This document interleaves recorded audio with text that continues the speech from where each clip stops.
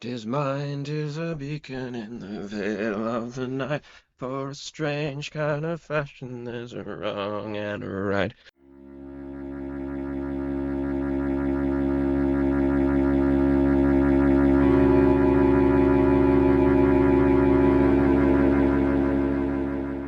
Too late to worry about things like continuity and stuff, so they sort of come out of themselves to add. Anyway, so what I was going to say was Nick Kershaw's 1984 hit The Riddle is one of the most chord-dense, key, ambiguous pop records of the 80s.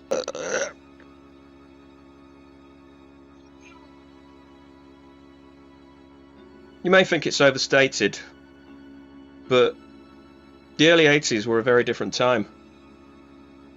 And I think people often forget history and context when we're discussing these vectors of hatred within the metal scene. Well, not just hatred, debate, shall we say, because there is no more contentious act within black metal than Venom, and I think the position that many people take is highly partisan.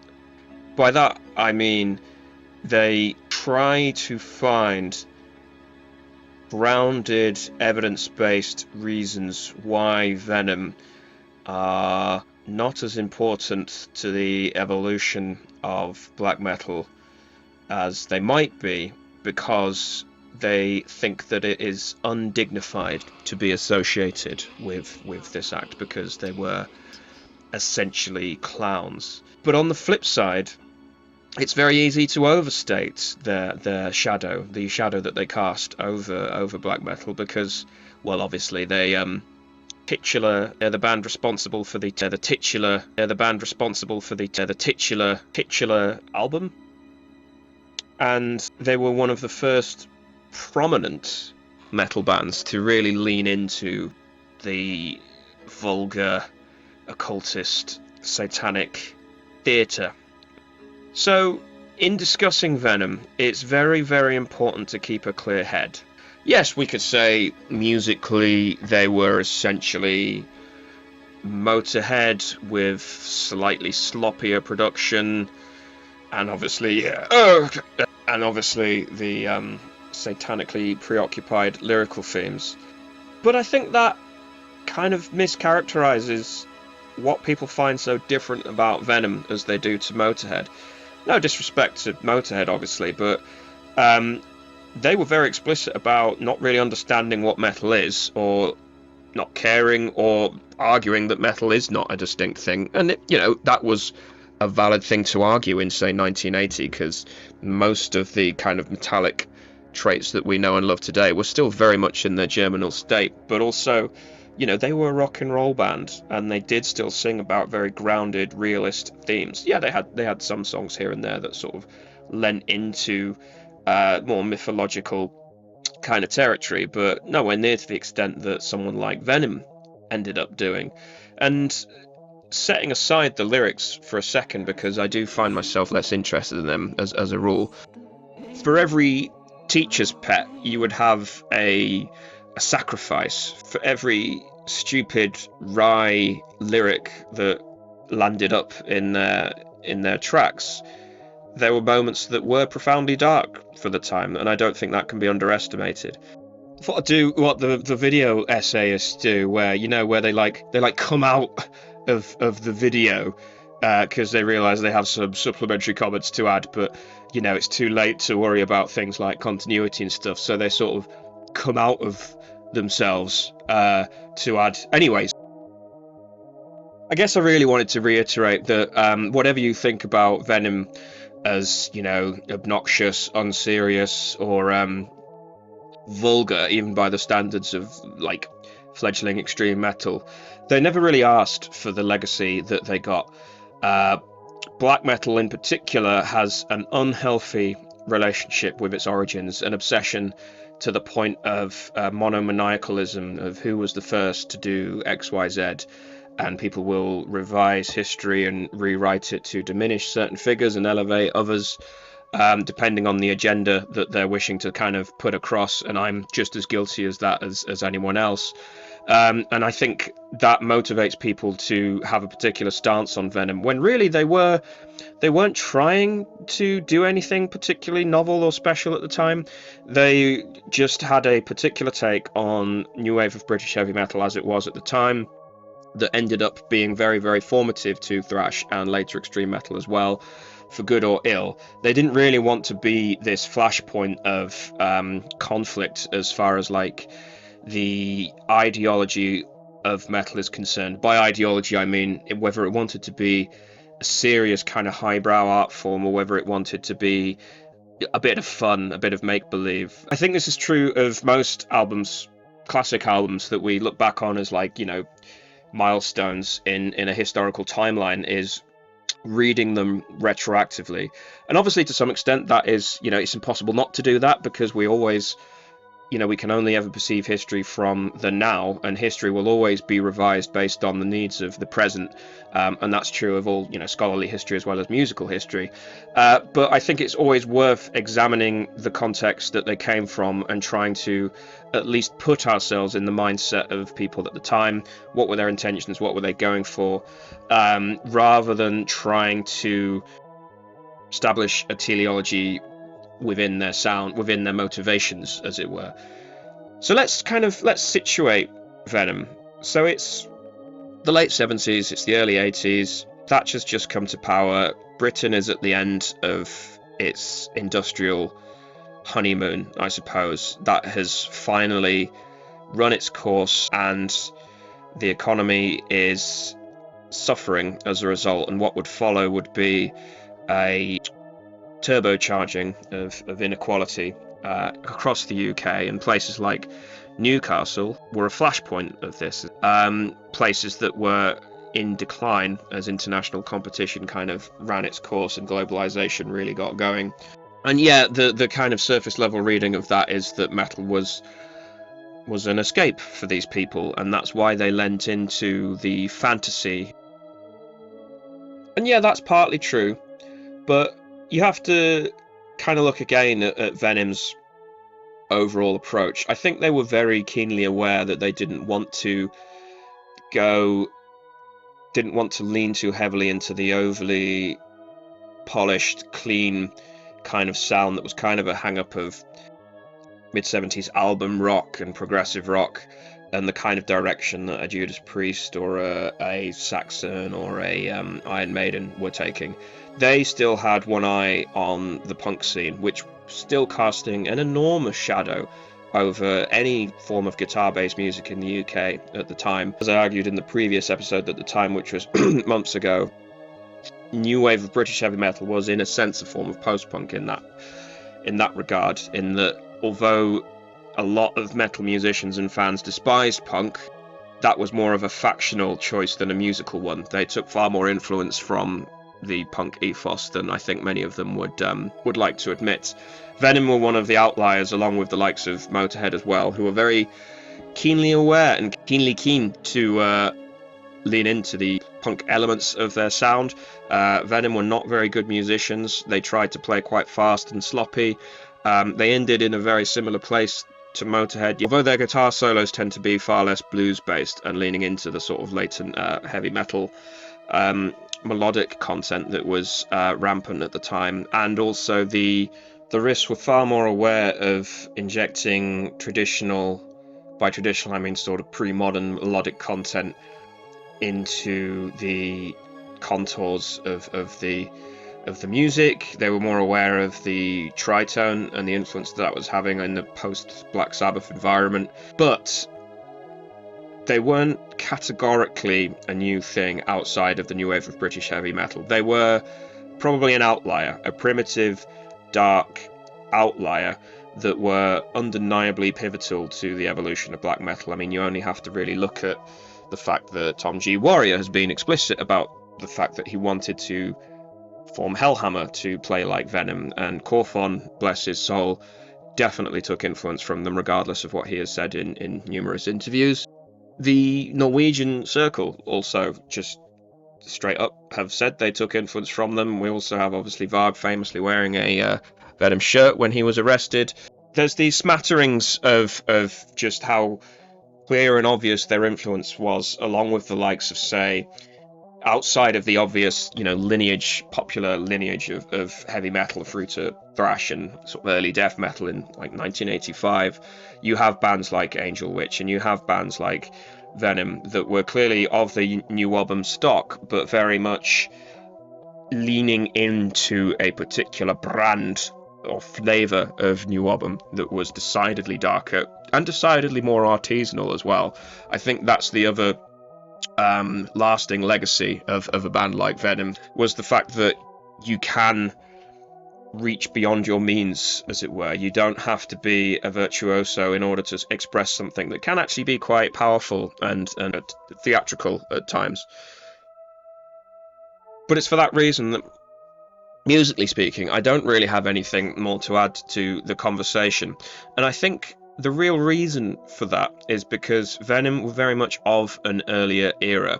So we talk about the foundational texts of black metal as it was pre-Euronymous and the gang, in the form of Bathory, Hellhammer, Celtic Frost, Sarcophago, Apologies, Merciful Fate, Sodom, all that tackle. It is very much of the 80s. It is a categorically different thing to 70s heavy rock, metal and punk. It is firmly rooted in that, but it's very clear that, with retrospect, that they were doing something categorically different. Whereas Venom was still essentially a 70s band in the same way as very early Iron Maiden was, or Rainbow or Angel Witch. They were coming out of this scene, this kind of fledgling scene of new wave of British heavy metal, which in its early days was quite raw, was very, very working class, very rough around the edges, very sloppy, but they were all quite clearly looking for some form of escapist expression from the quite grim late Cold War like circumstances that they found themselves in. And they didn't know what was coming in the 80s as far as like Thatcherism and the turbocharging of financialism in the UK was concerned, and the effect that would have on culture. But they did kind of anticipate it in a lot of ways, in the fact that they wanted to lean into this very exaggerated, very extreme interpretation of life, essentially. But it was still a product of the late 70s. By the time the mid-80s got going and the underground scene was really kind of picking up steam, Venom did look decidedly dated. And I think there are a couple of more specific points that we could point to within the music that bring this out. Venom are still very much a rock and roll band when it comes to the structure of their songs. Obviously, they weren't taking much influence from the sort of narrative structures of progressive rock, but even Motorhead, at their most ambitious, would occasionally kind of reach out into these extended jams. Or Venom didn't really do that. They were also quite keen to always make sure that there's a hook to each song, an anthemic chorus, a memorable line, which is very much a 70s heavy metal trait that would kind of bleed through into your stadium heavy metal and your glam and your hair metal more than it would your heavy metal proper. By the mid-80s, Iron Maiden, although they did have a couple of singles, they were working well outside of that kind of remit by the time they were releasing things like Power Slave. Venom never really got over that, especially on black metal. I should mention, we're talking about the black metal album. I have been partially kind of mentioning Welcome to Hell a little bit, which is very important, specifically for its like demo quality and the precedent it set for just how shit a record can sound, and you can still release it into the public eye. Black metal is obviously the infamous one. So one of the reasons it is so contested is, as I mentioned, it is still a product of the 70s, of the 70s mindset, in that this is still essentially rock and roll. It might be harder, it might be faster, and it might delve into quite fantastical lyrical territory at times, and it certainly is trying to explore idiosyncratic melodic content. But ultimately, Venom are always looking for the hook, the lick, the memorable chorus, and so on, which is very much a holdover from 70s rock and roll, and would remain a feature of mainstream metal. But because Venom's ethos and their influence largely sits within underground metal. That is one of the reasons why their legacy is so contested, because they essentially inject, for want of a better word, mainstream values into the underground. So an artist like Tom G. Warrior was able to take the Venom mindset and push it further, push it more into, for want of a better word, avant-garde territory. He took the best bits from Venom and kind of discarded the rest, and then started adding his own personality. You could look at underground bands a bit later who might be considered vulgar, like for instance Cannibal Corpse or someone like that. They could be seen as a continuation of the Venom legacy in that they have the aesthetic of an underground band, but when you peel back the layers of their music, they still have this mainstream rock and roll mindset of wanting to ingratiate themselves to the listener, definitely reassuring them that it's all for show, challenging the listener only on their own terms, and never pushing themselves as artists or musicians into dangerous territory. And I think that is one of the main holdovers from Venom that people find disconcerting, uncomfortable, just distasteful. I think the other thing that people don't get about Venom, which often goes ignored in these discussions, is the use of humour. Humour is often derided in extreme metal because it's usually not funny, detracts from the artistic experience, it gets old very quickly, and it is basically a dog whistle that you're not serious about the craft, which just immediately takes one out of the experience.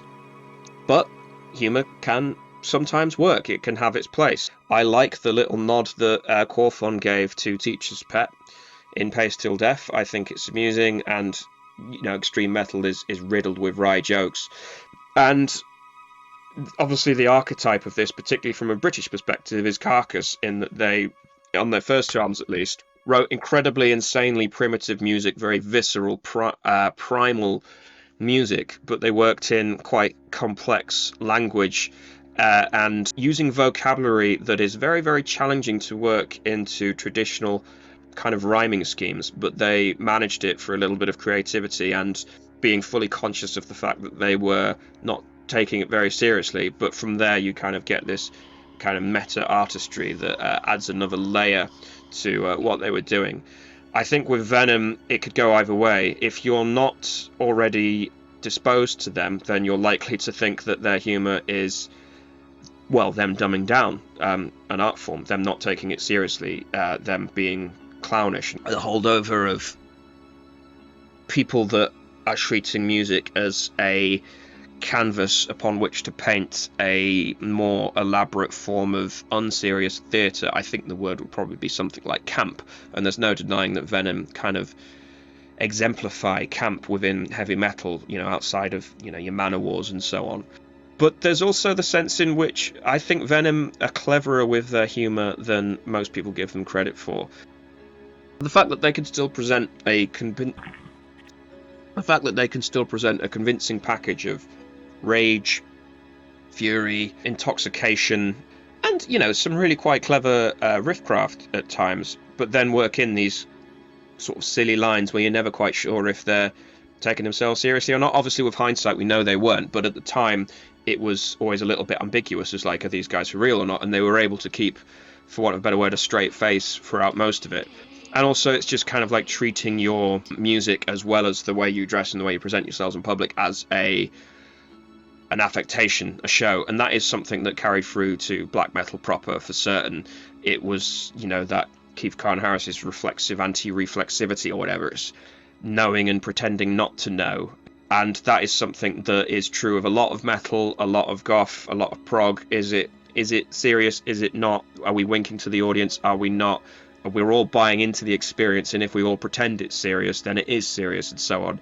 And I think the more serious fans despise that as well. They want a commitment from their artist that, no, this is for real, we're taking it seriously, and we are really, really working at our craft. And anyone that shows a hint of humour is sort of dumbing down things. Or you need to go a long way before you're permitted to show humour, I think is the word. And I think for a lot of people, Venom didn't do enough to allow them to express humour, but I think I would question that point as well. If we're looking at both the musical and the extra musical aspects of Venom, I think they definitely did enough to justify a certain license to be a little bit silly, because they never took it too far, at least at the time that they released black metal anyway. And I think that is one of the key talking points of this album. And I think it is kind of fitting, given how black metal is, it's one of the most contested genres going as far as like contemporary alternative music is concerned. Its legacy will always be revised, revisited, pored over and debated by fans. And although a lot of people, they'll moan about elitists, they'll moan about purists or newbies not understanding the form and so on, that's been going on for as long as I've been involved in this music, and it's been going on long before I was involved in this music. It's just a feature of the scene. And I think it's kind of fitting that Venom are a key part of the creation myth of that, and that's something that we just can't agree on. And I think, not to sort of cop out and give Venom the thumbs up or the thumbs down, but the fact that their legacy is so ambiguous, so contested, and so fraught with misunderstandings, reinterpretations, exaggerations, and people trying to diminish what they've done. I think that's fitting for black metal. And it fucked it up. So for no reason at all, I'm going to compare Venom to Witchfinder General. So Witchfinder General are another one that embody this complex relationship that British people have to humour, especially in the setting of heavy metal, where humour is like a fucking grenade that you throw in and you never kind of know where it's going to bounce and detonate, for good or ill. Again, a product of late 70s, early 80s Britain, working class background as well. So you again have this sense that they're using music as a form of escapism, but you also have to bear in mind that the 80s were a very different time. Their humour is not polished or catered for the sensibilities of a modern audience. This was an outlet for them. They're not sugarcoating it for the general public, and nor are they trying to ingratiate themselves to any particular audience. But the interesting thing about Witchfinder General is the fact that they used as the extra musical context, unlike Venom that used stuff like the occult. Witchfinder General used the English Civil War, which was a time when obviously witch burnings were rampant throughout England, Britain, and Europe as well. And the English Civil War is a fascinating subject in lots of ways, but chiefly because it was in part a religious war, with parliamentarians being very concerned over Charles I's marriage to a Catholic woman, and the worries that would have implications for maybe a invasion from Catholic Europe, and the fact that parliamentarians are also obviously fighting for sovereignty, and the fact that Charles was considered a belligerent in trying to re-establish royal authority, and he was using various factions across the United Kingdom to try and kind of wrangle his way out of meeting the demands of Parliament. And through this you get all of these fraught ideas and discussions outside of the actual combat itself around, religious persecution and religious freedom and religious anxieties, as well as, what is the nature of freedom and the nature of politics and the purpose of government. You have Hobbes's Leviathan come out of this, you have Milton's Paradise Lost, and it really does set the scene for early modern kind of debates, early Enlightenment debates around the nature of self and human dignity and so on. So it's interesting that Witchfinder General used this setting in particular to kind of paint what again is a very direct, very blue collar, very sloppy interpretation of heavy metal as it was at the time. If someone like Angel Witch was quite a kind of, quite a rough and ready version of New Wobben, but with a very sensitive soul, Witchfinder General were again just taking it a little bit further, a little bit more tongue-in-cheek, a little bit cheekier, and a little bit hornier, if you don't mind me saying. I mind me saying. They're chiefly understood today through the lens of Stoner Doom, which, its popularity has waned over the last 5 years, but back in, say, 2010, you can't really underestimate the popularity of Stoner Doom with bands like Electric Wizard, Yob, UFO Mamu, Weed Eater, Unclassed and Deadbeats, all not just leaning into the influence of Witchfinder General in this very kind of groovy, bluesy, but very, very riff-driven form of metal, but also the Civil War imagery and the kind of the images that conjures. I mean, yeah, okay, they are clearly in costume on this cover, but those fucking Civil War hats kind of make a comeback, and people stand in the woods as if they're, outside fucking Worcestershire preparing for a fucking skirmish and so on. I just find it an odd kind of legacy, and it's chiefly because of this band and albums like this. Musically, I would say this is actually superior to Venom in a lot of ways, chiefly because their riffs might be less interesting at times, but I think structurally they understood how to motivate a full-blooded heavy metal concept at times. Yeah, okay, a lot of their lyrics are very silly. They still lean into the anthemic choruses, and they do like to have a hook or two, but the songs themselves are very, very, very riff-driven. You can see the beginnings of like a proto-narrative work its way through each piece as they unpack a theme and slowly develop it throughout the course of a song. The other fascinating thing I find about Witchfinder General is the fact that for all their like bacchanalian revelry and leaning into this quite laddish kind of interpretation of what is essentially historically themed rock and roll, there's this sort of thread of lamentation, these little threnodies that kind of work their way into particularly the vocal melodies. So you have a song like Burning a Sinner, for instance, where the lyrics themselves, if you were to read them, seem very celebratory and reveling in the fact that we're burning this witch. But through the vocal melody, you do just get this bittersweet feel to the delivery, and the fact that there is a moral ambiguity here, or there is something wrong about what is going on, and that does work its way throughout the album, regardless of what the lyrics are about. And yes, you do get more sort of grounded, realist songs like Free Country, and the libertarian undercurrents to a lot of metal. I say at this time, but throughout the 80s and 90s and into the 2000s as well. And I guess as well, just to come back to the Stoner Doom thing, it's worth bearing in mind that in approaching this album, it's not really a Doom album in the way that we would understand it today. There are clear influences, particularly in sort of the topography of the riffs, and the fact that bands like, I don't know, Sleep and Electric Wizard kind of used that and stretched the riff structure on the rack and slowed the tempos way down. But Witchfinder General are relatively upbeat, and some of the songs on here are quite fast. They tend to stick about the 120 BPM mark for the most part. Not lightning fast, not like a Judas Priest could be at times, and obviously Venom as well. But still kind of quite upbeat for the modern sort of Doom fans' sensibilities. So yeah, they're an interesting historical curiosity. I don't think they have much to say to a modern audience beyond the influence that they've had over more contemporary music. I think they're sort of one of these little holdouts that keeps getting revisited because prominent people do take influence from them, and the orientation of where they place their interests is just this anarchic time during the Civil War when all these ideas were bubbling up, and it created all of these opportunities for both very, very noble political endeavors, but also very, very cynical ways to exploit the chaos and the political instability. And I think Witchfinder General kind of, whether knowingly or not, they really lent into that and found a way to express it through what was at the time, very contemporary kind of setting of, heavy rock, heavy metal. And that is an interesting legacy that has kind of been borne out, particularly in Stoner Doom, but obviously metal more broadly has always been very, very historically minded and fascinated by certain periods in history, whether it be their mythologies or their actual, concrete political kind of intrigues and so on.